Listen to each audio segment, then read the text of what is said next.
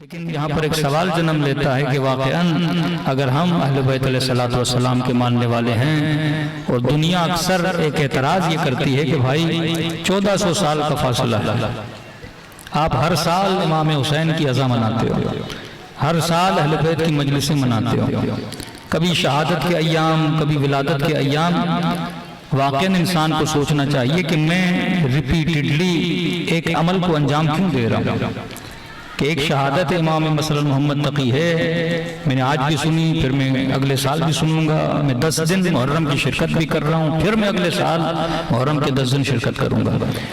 ان مجالس میں جو مصائب سنتا ہوں وہ بھی ریپیٹڈ ہوتے ہیں، 70% جو مطالب سنتا ہوں وہ بھی ریپیٹڈ ہوتے ہیں۔ ایک مرتبہ تو ایک بچے کو مطالب کا نہیں پتا، ہم بتا رہے ہیں، اس کی نالج میں اضافہ ہو رہا ہے، لیکن ایک مرتبہ ایک انسان کو پتا ہے لیکن پھر بھی وہ چیزوں کو ریپیٹ کر رہا ہے۔ اور یہ معاملہ صرف مجلس امام حسین میں نہیں ہے، ہم ڈیلی بیسس پہ جو نماز پڑھتے ہیں وہ بھی ایک ریپیٹڈ چیز ہے، یعنی دن میں 5 نمازیں ہیں، 5 نمازوں میں ایک ہی سورت، سورہ حمد۔ اب خدا یہ بولتا ہے کہ بھائی آج ایک سورت پڑھو، کل دوسری سورت پڑھو، پرسوں تیسری سورت پڑھو، یا رد و بدل کرتے رہو، کہ نہیں پڑھنی ہے تو ایک ہی سورت پڑھنی ہے، کیونکہ جسے حمد سمجھ میں نہیں آئی اسے پورا قرآن سمجھ میں نہیں آئے گا، جسے حمد سمجھ میں نہ آئے اسے مقصد زندگی سمجھ میں نہیں آئے گا۔ تو کئی ایسے اعمال ہیں جو ہم ریپیٹڈلی کرتے ہیں۔ اب شاید کوئی انسان بولے کہ مولانا یہ ریپیٹیشن کی ضرورت کیا ہے؟ یہ بھی ایک انسان کا خاصہ ہے کہ انسان کو بھولنے کی بڑی عادت ہے کہ مولانا 10 دن مجلس امام حسین میں گئے، ہم گویا بیدار ہو گئے، جاگ گئے، 1 مہینے کے بعد پھر انسان غافل ہو جاتا ہے۔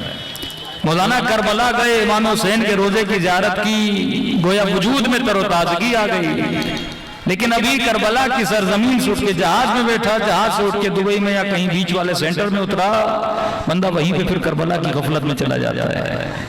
یہ وجود انسان کا خاصہ ہے، کیونکہ انسان اگر 24 گھنٹہ جاگے تو جاگ نہیں سکتا، اس 24 گھنٹے میں کم از کم اس نے 8 گھنٹے 6 گھنٹے سونا ہے، اور یہ نیند خود ایک غفلت کا نام ہے کہ جب 6 گھنٹے آپ سو رہے ہوتے ہیں دنیا میں کیا ہو رہا ہے آپ کو نہیں پتا، آپ کے خلاف باتیں کیا ہو رہی ہیں آپ کو نہیں پتا، ایون آپ بستر پہ لیٹ رہے ہیں، آپ کے سامنے ایک بندہ بیٹھا ہے آپ کی غیبت کر رہا ہوگا، لیکن صبح پوچھے گا ہم نے آپ کے خلاف بڑی باتیں کی، آپ نے بولا کہ ہم تو سو رہے تھے، ہمیں تو پتہ ہی نہیں ہے۔ تو ایک تو شاخصہ یہ ہے کہ انسان غافل ہے، اور غافل انسان کے لیے کہا فذکر انما انت مذکر، حبیب اسے بار بار یاد دلا۔ اور امیر المومنین فرماتے ہیں کامیاب وہی ہے جو بار بار چیزوں کو کیا رکھے، یاد کرے۔ حاسبو قبل ان تحاسبو، انسان جب تک حساب و کتاب نہیں کرے گا، جب تک اکاؤنٹیبلٹی نہیں کرے گا، تب تک تجھے کامیابی نہیں مل سکتی۔ تو یہ انسان کے وجود کا شاخصہ تھا کہ انسان کو یا بھولنے کی عادت ہے یا غفلت میں جانے کی عادت ہے، لہذا یہ مجلس امام حسین انسان کو غفلت کی نیند سے بیدار کر کے ولایت کے فرش پہ لا کے بٹھا دیتی ہے۔ صلوات پڑھے محمد و آل محمد پر۔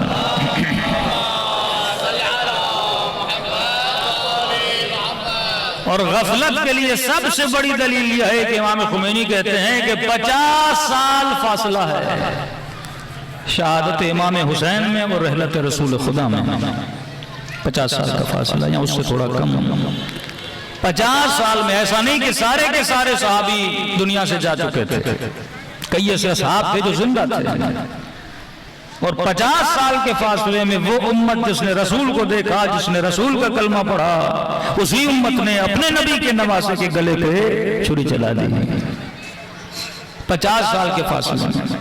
اچھا یہ فاصلہ تو آپ کو شاید تھوڑا زیادہ لگے، لیکن رسول خدا کی رحلت میں اور جناب سیدہ کی شہادت میں کتنا فاصلہ ہے، دنوں کا فاصلہ بھی نہیں ہے۔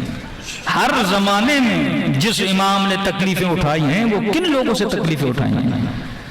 جب تک رسول خدا تھے تو شیر و شکر تھا، کوئی آپ کے اختلاف ایسا بھاری اختلاف نظر نہیں آتا، امت بھی ایک ہے، نبی کے نام پہ امت بھی ایک ہے، لیکن آج آپ امت کے اتنے اختلافات دیکھتے ہو کہ واقعاً آج کا مسلمان اتنا کنفیوز ہے، آج مذہبی فیملیوں کے بچے کنفیوز ہیں کیونکہ ہم نے اتنی دراڑیں عقیدے کے اعتبار سے، مذہب کے اعتبار سے ڈال دیے کہ آج کا بچہ جو پڑھا لکھا بچہ ہے، جو 4 گھنٹے اسکول جاتا ہے، اسے ماہ مبارک رمضان میں آدھا گھنٹہ ملتا ہے، 1 گھنٹہ ملتا ہے، وہ ٹی وی دیکھے، اور جب وہ ٹی وی کا چینل کھولے، کوئی مذہبی پروگرام ہو، اس میں 4-5 مولوی بیٹھے ہوں، اور پھر ایک دینی سوال ہو، اور 4-5 مولوی آپس میں مل کے اس دینی مسئلے کو حل نہ کر پائیں، یہ اس کو کافر بولے، یہ اس کو مشرک بولے، تو یہ سیدھا سادہ آدمی کیا بولے گا کہ بھائی اتنا دین پڑھنے کے بعد جب آپ کو سمجھ نہیں آیا تو ہم بھی دین پڑھیں گے تو آپ کی طرح کیا دیں گے؟ فتوے دیں گے۔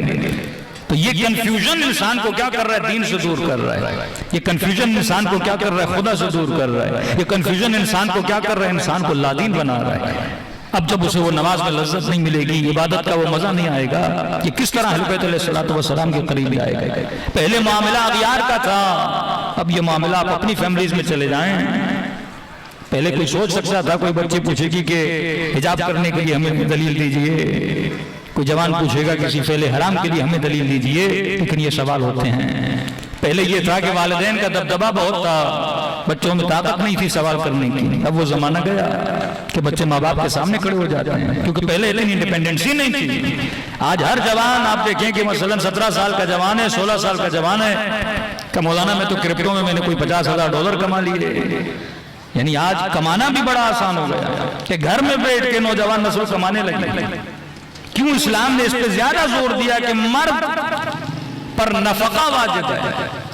کیونکہ اکنومیکلی پاور اگر گھر کے مرد کے پاس رہے گا تو گھر کے جتنے افراد ہیں وہ اس کے محتاج رہتے ہیں، اور جیسے اکنومیکلی پاور بڑھ جاتا ہے لوگوں میں، مثلا آپ کے پاس بھی پیسہ ہے، فلاں کے پاس بھی پیسہ ہے، وہ کس چیز کی وجہ سے آپ کی اطاعت کرے؟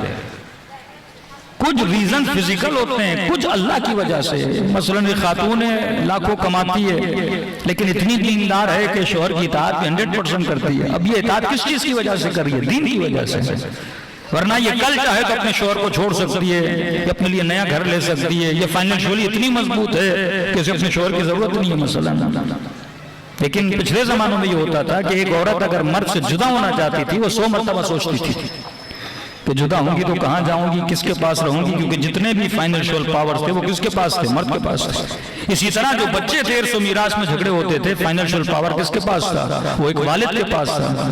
ایک دینی معاملہ ہے، ایک مورل ویلیوز ہیں۔ ایک مرتبہ انسان کو معاشرہ مجبور کرتا ہے اس سوسائٹی میں رہنے کے لیے۔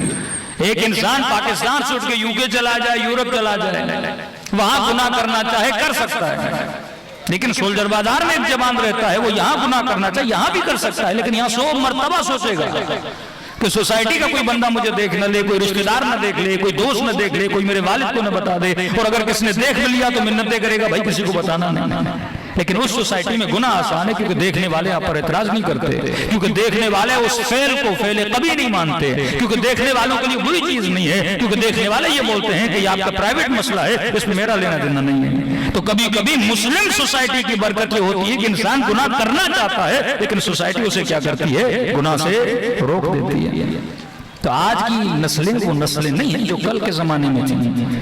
آج فائنینشل ڈیپینڈنسی دن بدن بڑھتی جا رہی ہے، وہ مرد کی تو پہلے تھی لیکن عورت کی بھی ڈیپینڈنسی بڑھتی جا رہی ہے، اسی طرح آپ کی نوجوان نسل کی بڑھتی جا رہی ہے۔ تو آج کا بچہ سوال کرتا ہے، دینی اعتبار سے کنفیوز ہے۔ دو طرح کے لوگ ہر معاشرے میں آپ کو پائے جاتے ہیں، ایک ہے خواص، ایک ہے عوام۔ عوام سے گلہ نہیں، کیونکہ عوام کو گمراہ کرتے ہیں خواص، کیونکہ ہر زمانے میں عوام کس کے پیچھے لگتی ہے؟ خواص کے پیچھے لگتی ہے۔ مثال دے رہا ہوں، مثلا پاکستان بنا، اب خواص کون ٹھہرے؟ قائد اعظم خواص میں ہے، قائد اعظم کے ساتھ جتنے لوگ تھے مثلا ان کی بہن خواص میں سے ہے، لیاقت علی خان ان کے خواص میں سے ہیں، ان کے ساتھ ہیں۔ اب قوم کس کے پیچھے لگے گی؟ خواص کے پیچھے لگے گی۔ اور خواص میں سے اگر ایک بندہ بک گیا تو قوم تو بلیو کرتی ہے خواص میں، اور خواص میں اگر ایک بندہ بک گیا تو عوام کس کے پیچھے لگتی ہے؟ وہ خواص کے پیچھے لگتی ہے۔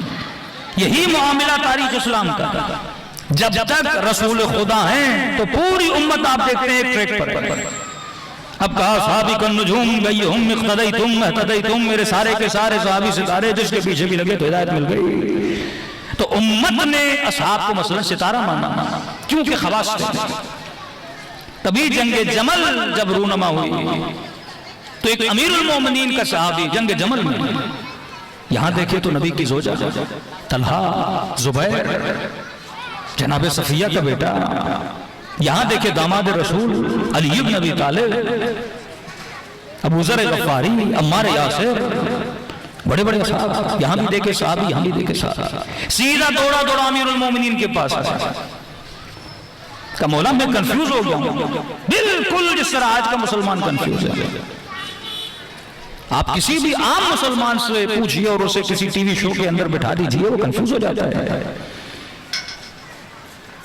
تو کہا کہ امیر المومنین میں کنفیوز ہوں، یہاں دیکھوں تو نبی کی زوجہ، یہاں دیکھوں تو طلحہ، یہاں دیکھوں تو زبیر، اور مولا آپ کی طرف آتا ہوں تو آپ کا وجود ہے، ابو ذر کا وجود ہے، عمار کا وجود ہے، اس کے لیے بھی حدیث ہے۔ مولا کیا کروں ادھر جس کا کلمہ پڑھتا ہوں ان کی بیوی ہیں، زوجہ ہیں، جن کے لیے قرآن میں آیت ہے کہ ازواج نبی ماؤں کے برابر ہیں، اور ادھر دیکھوں تو آپ ہیں جس کے لیے باب مدینۃ العلم، یا علی انت منی بمنزلت ہارون من موسیٰ، جو خلیفۃ المسلمین بھی ہیں۔ مولا کروں تو کیا کروں؟